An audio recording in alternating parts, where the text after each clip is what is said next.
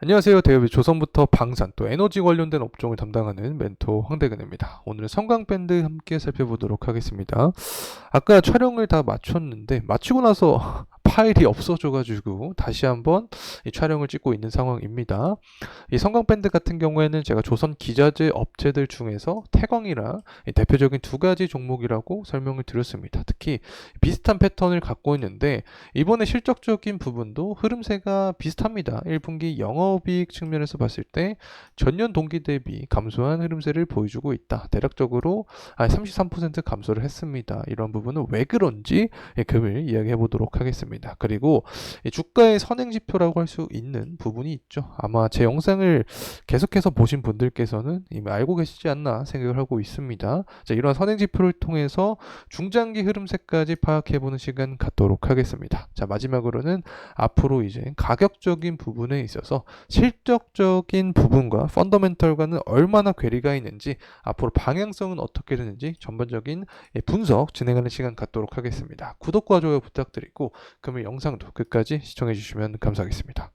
자, 우선은 금일 성강밴드 역시 주가가 상승을 해주고 있습니다. 사실 성강밴드랑 태광이 거의 함께 움직인다라고 보면 됩니다. 태광도 주가가 상승해주고 있고 이 성강밴드도 주가가 상승해주는 흐름세를 보여주고 있다. 자, 이렇게 간단하게만 우선 말씀을 드리도록 하겠습니다. 자, 그리고 나서 이제 실적적인 이야기를 해야 될 것 같은데 이 관련된 기사도 나와주고 있습니다. 성광밴드의 영업이익이 99억을 기록을 했는데 이 33% 가량 전년 동기 대비해서 이 감소한 흐름세를 보여주고 있다. 이렇게 나와주고 있습니다.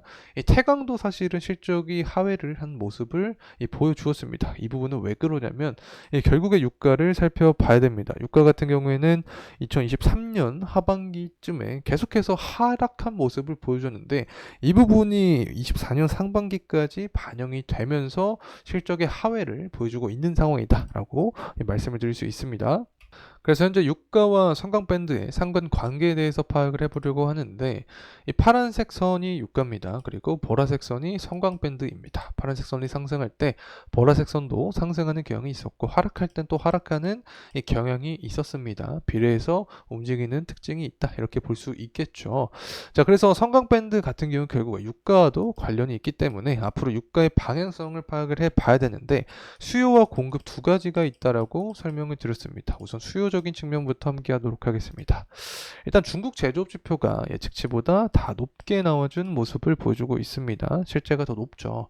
경기 확장을 생각을 해볼 수 있는 상황인데 그렇게 되면 기름에 대한 수요가 증가를 하니까 유가의 상방 모멘텀을 자극을 할 수 있게 되는 거고 또 미국의 제조업 지표를 봤을 때도 회복되는 모습을 보여주고 있습니다. 그래서 전반적으로 중장기적인 수요가 탄탄할 확률이 높다.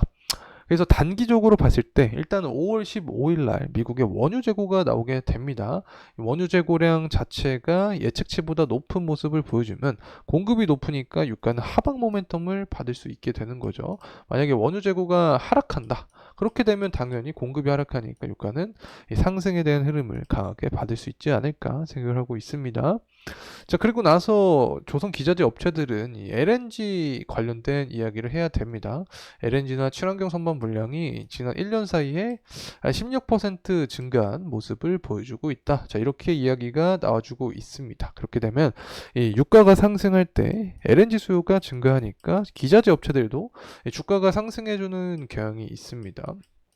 그렇기 때문에 이런 전반적인 이슈 자체는 성강밴드에도 긍정적인 모멘텀으로 작용을 할 수 있다는 점 말씀을 드립니다.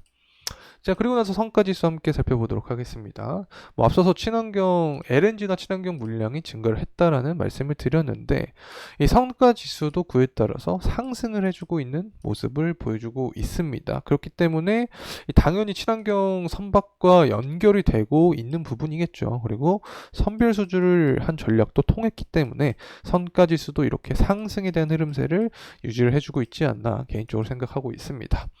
선가지수가 상승하게 되면 조선테마는 좋을 수밖에 없게 됩니다. 조선테마가 좋아지면 조선 기자재 업체들로 하여금 수급이 돌아오게 되면서 성강밴드도 주가의 상승 모멘텀을 받을 수 있다는 점 말씀드립니다. 그리고 나서는 이제 업황적인 측면이죠.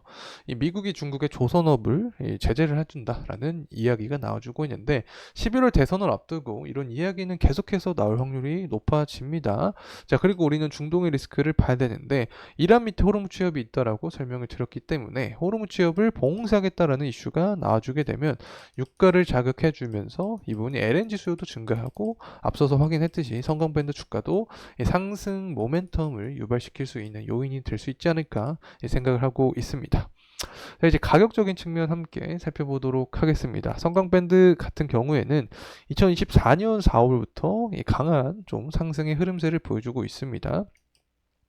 이 조선 기자재 업체는 시장의 특징이 있죠. 시장의 리스크가 좀 부각이 되면 고환율이나 고유가가 형성이 되면 이 조선업이나 조선 기자재 업체들에게 수급이 들어올 확률이 높다라고 말씀을 드렸습니다. 특히 조선업체에서 기자재 업체로 넘어갈 때 우선 실적주를 먼저 봐야 된다라고 말씀을 드렸었죠. 특히 성광밴드 같은 경우에는 22년과 23년 보면 매출액과 영업이익이 증가하는 모습세를 보여주고 있다. 이렇게 표현을 할 수 있을 것 같고 24년과 25년 컨센을 보더라도 23년에 비해서 매출 영업이익 모두 상승하는 흐름세를 전망을 할 수 있습니다. 그에 따라서 EPS도 상승하고 BPS도 기업의 주당 순 자산 가치도 상승하는 모습인데 현재 주가와 비교했을 때 주당 순 자산 가치보다 매우 떨어진 구간이죠. 그래서 펀더멘털적으로 봤을 때도 현재 매력적인 구간에 속해 있다. 자, 이렇게 평가를 할 수 있습니다.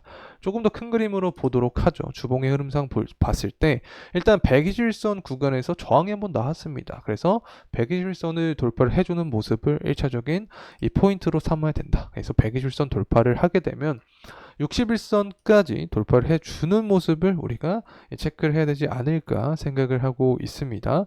자, 그렇다면 이렇게 주가가 상승하기 위한 요건은 뭐 다양하게 존재를 하겠습니다. 하지만 가장 대표적인 요인을 말씀을 좀 드리도록 하겠습니다. 우선 11월 대선을 앞두고 전쟁에 대한 리스크가 다시 한번 부각이 될 수 있는데 이 부분이 유가를 자극할 수 있다. 자, 이렇게 말씀드릴 수 있고 또 수요적인 부분에서 경제가 좋아지는 모습을 보여주면 수요가 탄탄해지면서 유가가 상승 그리고 성공밴드 주가도 이 상승 흐름세를 만들 수 있지 않을까 생각을 합니다. 자, 그리고 전쟁 이외에도 좀 생각을 해보도록 하겠습니다. 미국이 중국의 조선업을 제재한다라는 이슈겠죠. 반사익 관점에서도 이 성공밴드 주가가 상승할 수 있지 않을까 개인적으로 생각을 하고 있습니다.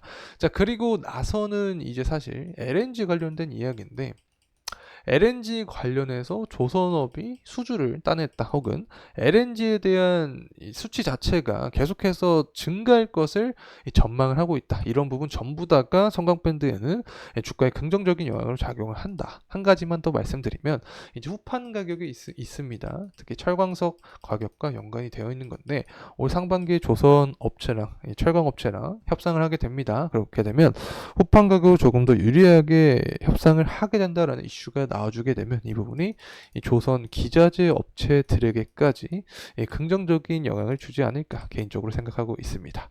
이상으로 성강밴드에 대한 영상 마무리하도록 하겠습니다. 금일 시간이 도움이 되셨다면 구독과 좋아요 부탁드리겠습니다. 감사합니다.